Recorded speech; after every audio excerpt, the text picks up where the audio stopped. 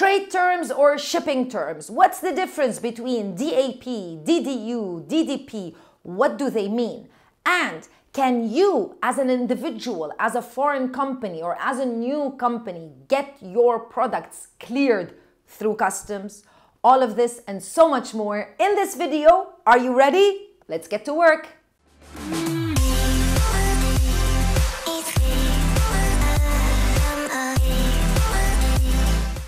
Shipping is definitely one of the most confusing things when you start your store on Amazon, or even when you start your e-commerce journey and you need to ship products from one country to another.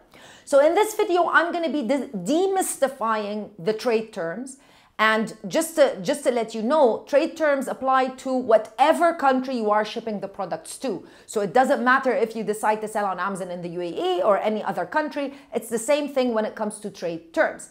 And additionally, make sure you watch the video till the end, because I'm going to be answering potentially maybe the most asked question on the channel, which is, can I ship my products as an individual, as a free zone company, as a new company, as a foreign company, and get them cleared through customs in the UAE?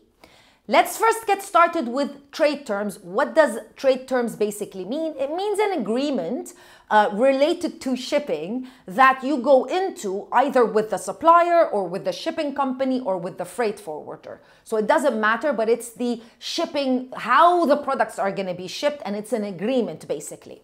So let's start with trade term number one, EXW or Ex-Works.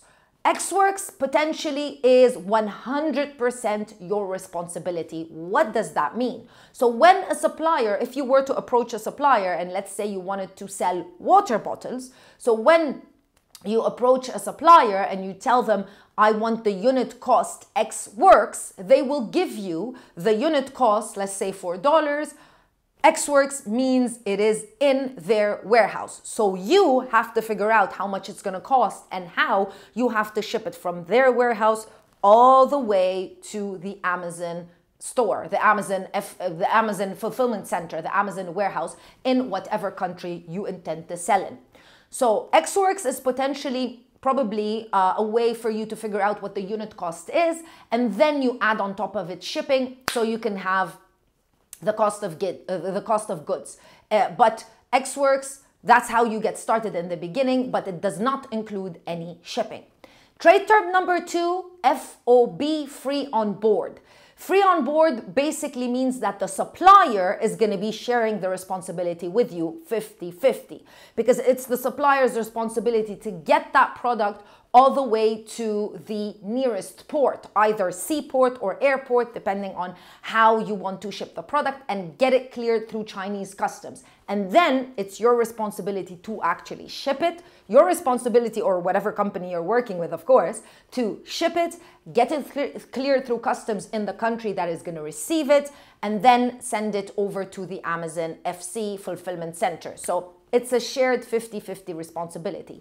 And normally FOB is put on top of the price of the unit. So normally the supplier is going to tell you it's, for example, $4 Ex-Works and $6 FOB per unit. So the water bottle, again, $4 Ex-Works and $6 FOB per unit. So you can then figure out what the shipping is going to cost you.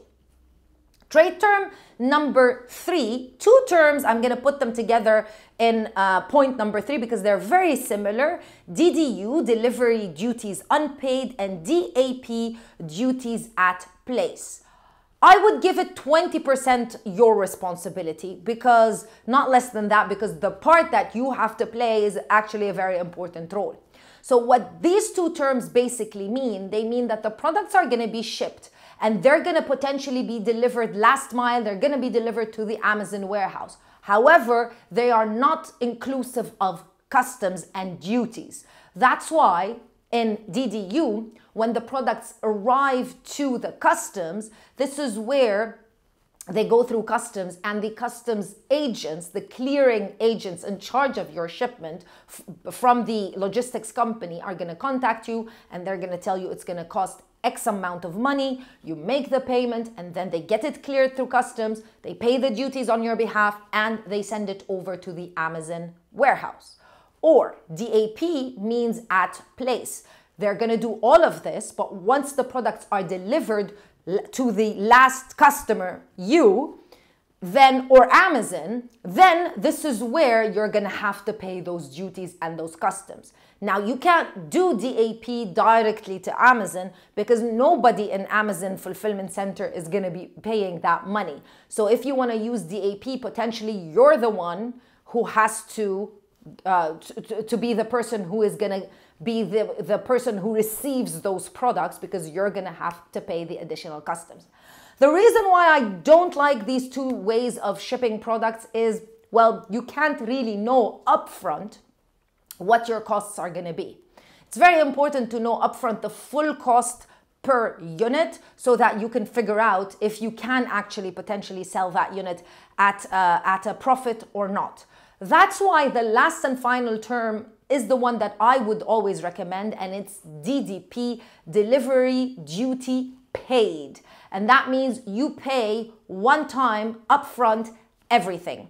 So you're paying for the products to arrive or to be shipped from the manufacturer's warehouse all the way through the Chinese or whatever country customs, shipping, customs in the receiving country, and then delivery to the Amazon warehouse. So you know upfront everything and anything that needs to be paid, and there are no surprises.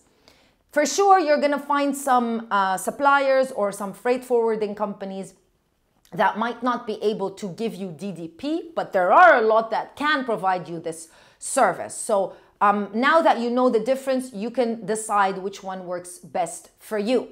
But make sure that you don't overlap these services together. Meaning, if you were to work with a supplier based on an FOB pricing and then get a logistics company or a freight forwarder to do the rest for you, to do DDP shipping for you, then you are potentially overpaying, and you don't want to do that. So make sure that if you don't want to ship the products with your supplier, because for example, your supplier can only provide DAP, then you pay for the products ex works, and then you find a logistics company that can do the rest DDP.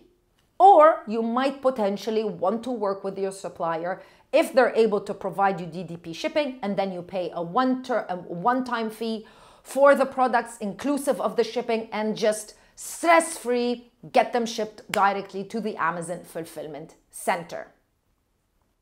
Now, before I continue this video, I need to remind you to subscribe to the channel, hit the notification bell so you never miss another video again, and make sure you like this video and you leave me a comment with any question related to shipping. Let's answer one of the most commonly asked questions, which is, can I import products primarily into the UAE as an individual, as a free zone company, as an international, non-local company, and get it cleared through customs? That's where we're going to be decoding and demystifying what the importer on record basically means in the UAE. So it is common practice in the UAE for logistics companies to import on behalf of individuals or foreign companies or free zone companies and get the goods cleared from customs with the help of clearing and forwarding agents using the customs number of the logistics company, and then get the products either sent to a warehouse or sent to the Amazon FBA warehouses in the UAE. So the answer is yes, you can, but you need the support of a logistics company in order to be the importer on record for your particular shipment.